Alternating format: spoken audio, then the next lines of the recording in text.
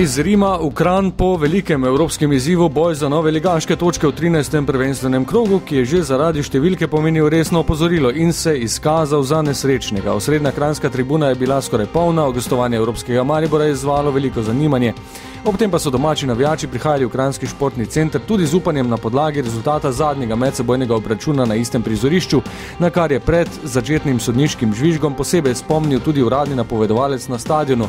Kot bi imel preroške sposobnosti, vsaka serija se enkrat konča, mariborska se je po 26 prvenstvenih tekmah brez poraza prav v Kranju. Glede serija je fantastična, vendar kljub temu s tem danes smo lahko zelo nezadovoljni. Igrali smo slabo tekmo, imeli smo veliko nerazpoloženih igralcev in je bilo potem, tudi ko smo z igralcem manj popolnoma dominirali, zelo težko izvleči kaj več. Dogajanja na igrišču pa tokrat vse prej kot običajna. Dokler so zadnji gledalci še zavzemali svoja mesta, prvi do priložnosti mariborski nogometaš Komazec si je priboril žogo in v kazenskem prostoru prišel do položaja za udarec, zaključek pa ni bil dovolj natančen. Na drugi strani je prva uspešna akcija domače ekipe že prinesla vodstvo. Preigravanje Poplatnika je trajalo tako dolgo, da je lahko poslal žogo proti vratom in nameril je dovolj močno in natančno za veselje na tribunah.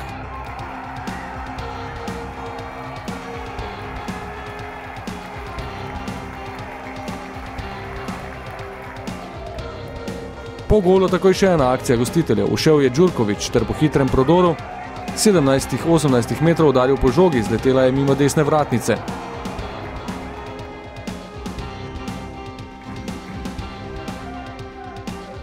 Začetni šok je minil in po več povezanih mariborskih akcijah se je dogajanje preselilo na nasprotno stran. Med iskanjem obetavnejših situacij je Komazec na robu kazenskega prostora odložil žogo za Črnica, ki se je takoj odločil za udarec, žoga pa ob desni vratnici.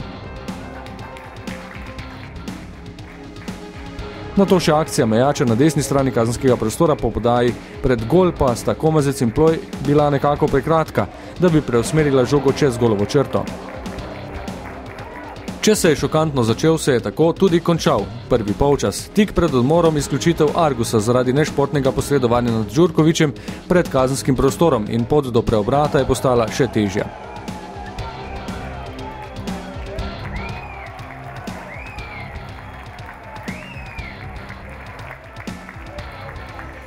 Drugi polčas se je tako začel z menjavo Črnic-Lesjak, ki je napolnil vrzel na štoperskem položaju. Kljub razmerju 10-11 prevlada in kup priložnosti za Maribor, žoga pa ni in ni hotela v kranjsko mrežo. Najprej je Mezga spretno izvajal prosti strel, a se je žoga od prečke odbila pri črti in nazaj na igrišče. S tem še ni bilo konec drame, v nadaljevanju akcije kot zadnji do udarca Komazec z atraktivnim poskusom čez glavo, izenačenje pa je preprečil vratar Pelko.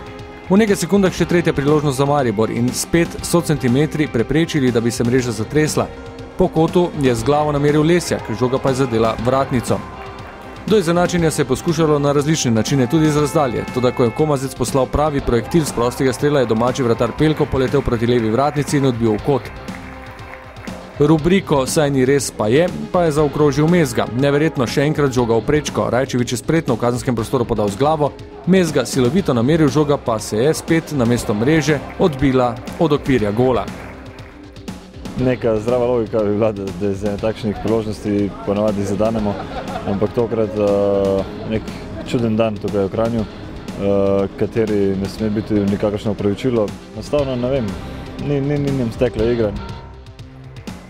In tukaj je skopnela energija med lovom na preobrat ali vsaj izenačenjem. Ob mariborskih naletih, ob tem pa še igralcu več, so gostitelji razumljivo imeli več prostora za protinapade, tako da so si v končnici med razrečenimi vrstami trikrat priigrali priložnost za povišanje vodstva. Najprej Poplatnik.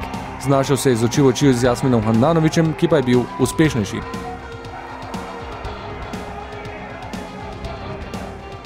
Ob naslednji situaciji Kong Nui z desne strani do soočenja z mariborskim vratarjem, žogo pa je poslal mimo desne vratnice. Isti igralec pa je v zadnjem protinapadu znova sam pritekel pred vratarja, vratar Handanović s pravočasnim posredovanjem, še enkrat zmagovalec dvoboja. Toda 3 točke so ostale na Gorenjskem, kar pomeni prvi poraz Maribora po 4. marcu.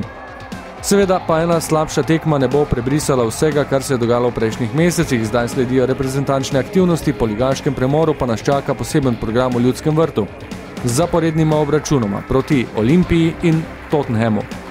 Tedaj že z novo energijo in novimi pričakovanji. Upam, da bojo fantje, kateri grejo za reprezentanco, prišli nazaj zdravi. Zdaj bo po tej pauzi toliko tekem do te zadnje v Evropi, da bomo res rabili vse na visokem nivoju. V teh 14 dnevih pa je tudi ena zelo ena taka natančna naloga pred nami, da igralci, kateri v nekem trenutku igrajo manj, dvignemo na višji nivo.